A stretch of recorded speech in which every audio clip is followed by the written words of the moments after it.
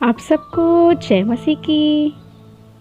आज का वचन उत्पत्ति अध्याय 19। सांझ को वे दो दूत सदोम के पास आए और लूत सदोम के फाटक के पास बैठा था। उनको देखकर वह उनसे भेंट करने के लिए उठा और मुंह के बल गिरकर दंडवत कर कहा, हे प्रभु, अपने दास के घर में पधारिए और रात भर विश्राम कीजिए और अपने पाँव धोइए, फिर भोर को उठकर अपने मार्ग पर जाइए। उन्होंने कहा, नहीं, हम चौक ही में रात बिताएंगे। पर उसने उनसे बहुत विनती करके उन्हें मनाया, इसलिए वे उनके साथ चलकर उसके घर में आए और उसने उनके लिए भोजन तैयार किया और बिना खमीर की रोटियां बनाकर उनको खिलाई। उनके सो जाने के बाद सदोम नगर के पुरुषों ने जवानों से लेकर बूढ़ों तक वरन चारों ओर के सब लोगों ने आकर उस घर को घेर लिया और लूट कर पुकार कर कहने लगे, जो पुरुष आज रात को तेरे पास आए हैं वे कहाँ हैं? उनको हमारे पास बाहर ले आ कि हम उनसे भोग करें। तब लूत उनके पास द्वार के बाहर गया और किवाड़ को अपने पीछे बंद करके कहा, हे मेरे भाइयों, ऐसी बुराई न करो। सुनो, मेरी 2 बेटियां हैं जिन्होंने अब तक पुरुष का मुंह नहीं देखा। इच्छा हो तो मैं उन्हें तुम्हारे पास बाहर ले आऊं और तुमको जैसा अच्छा लगे वैसा व्यवहार उनसे करो, पर इन पुरुषों से कुछ न करो, क्योंकि ये मेरी छत पर ले आए हैं। उन्होंने कहा, हट जा। फिर वे कहने लगे, तू एक परदेशी होकर यहाँ रहने के लिए आया और अब न्याय भी बन बैठा है। इसलिए अब हम उनसे भी अधिक तेरे साथ बुराई करेंगे। और वे उस पुरुष लूत को बहुत दबाने लगे और किवाड़ तोड़ने के लिए निकल आए। तब उन अतिथियों ने हाथ बढ़ाकर लूत को अपने पास घर में खींच लिया और किवाड़ को बंद किया। और उन्होंने क्या छोटे क्या बड़े सब पुरुषों को जो घर के द्वार पर थे अंधा कर दिया। अतः वे द्वार को टटोलते टटोलते थक गए। फिर उन अतिथियों ने लूत से पूछा, यहाँ तेरा और कौन कौन है? दामाद, बेटे, बेटियां और नगर में तेरा जो कोई हो, उन सबों को लेकर इस स्थान से निकल जा, क्योंकि हम यह स्थान नष्ट करने पर हैं, इसलिए कि इसकी चिल्लाहट यहोवा के सम्मुख बढ़ गई है और यहोवा ने हमें उसका सत्यानाश करने के लिए भेजा है। तब लूत ने निकलकर अपने दामादों को, जिनके साथ उनकी बेटियां की सगाई हो गई थी, समझा के कहा, उठो, इस स्थान से निकल चलो, क्योंकि यहोवा इस नगर को नष्ट करने पर है। पर वह अपने दामादों की दृष्टि में ठट्ठा करने वाला जान पड़ा। जब पौ फटने लगी तब दूतों ने लूत से जल्दी निकलने को कहा और बोले, उठ, अपनी पत्नी और दोनों बेटियों को जो यहाँ हैं ले जा, नहीं तो तू भी इस नगर के अधर्म में भस्म हो जाएगा। पर वह विलंब करता रहा। इस पर उन पुरुषों ने उसका और उसकी पत्नी और दोनों बेटियों के हाथ पकड़े, क्योंकि यहोवा की दया उस पर थी, और उनको निकालकर नगर के बाहर कर दिया।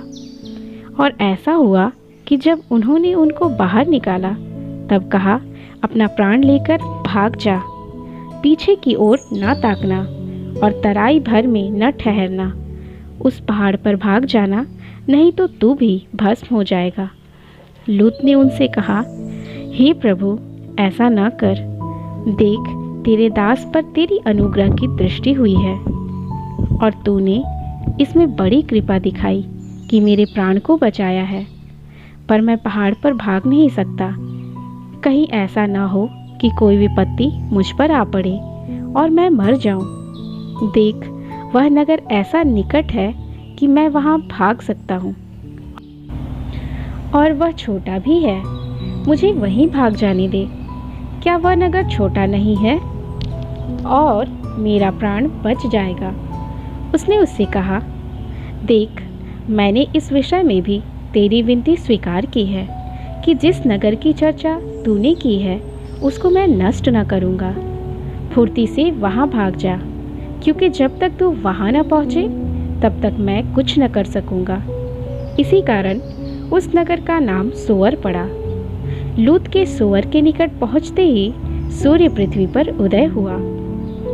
तब यहोवा ने अपनी ओर से सदोम और अमोरा पर आकाश से गंधक और आग बरसाई और उन नगरों को और उस संपूर्ण तराई को और नगरों के सब निवासियों को भूमि की सारी उपज समेत नष्ट कर दिया। लूत की पत्नी ने, जो उसके पीछे थी, दृष्टि फेर के पीछे की ओर देखा और वह नमक का खंभा बन गई।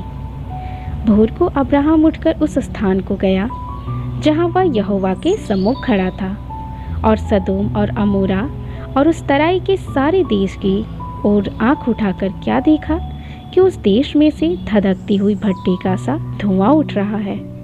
और ऐसा हुआ कि जब परमेश्वर ने उस तराई के नगरों को, जिनमें लूत रहता था, उलट पुलट कर नष्ट किया, तब उसने अब्राहम को याद करके लूत को उस घटना से बचा लिया।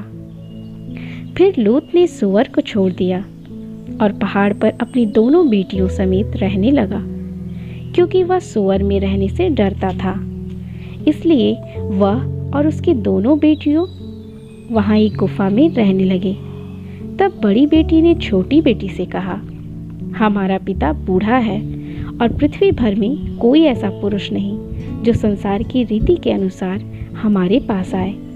इसलिए आ, हम अपने पिता को दाख मधु पिलाकर उसके साथ सोएं, जिससे कि हम अपने पिता के वंश को बचाए रखें। अतः उन्होंने उसी दिन रात के समय अपने पिता को दाख मधु पिलाया। तब बड़ी बेटी जाकर अपने पिता के पास लेट गई, पर उसने न जाना कि वह कब लेटी और कब उठ गई।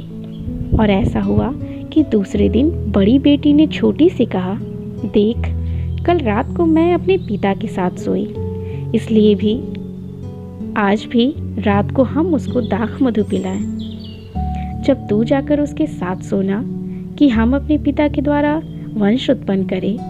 अतः उन्होंने उस दिन भी रात के समय अपने पिता को दाख मधु पिलाया, और छोटी बेटी जाकर उसके पास लेट गई, पर उसको उसके भी सोने और उठने के समय का ज्ञान न था। इस प्रकार लूत की दोनों बेटियां अपने पिता से गर्भवती हुई। बड़ी एक पुत्री जनी और उसका नाम मोआब रखा।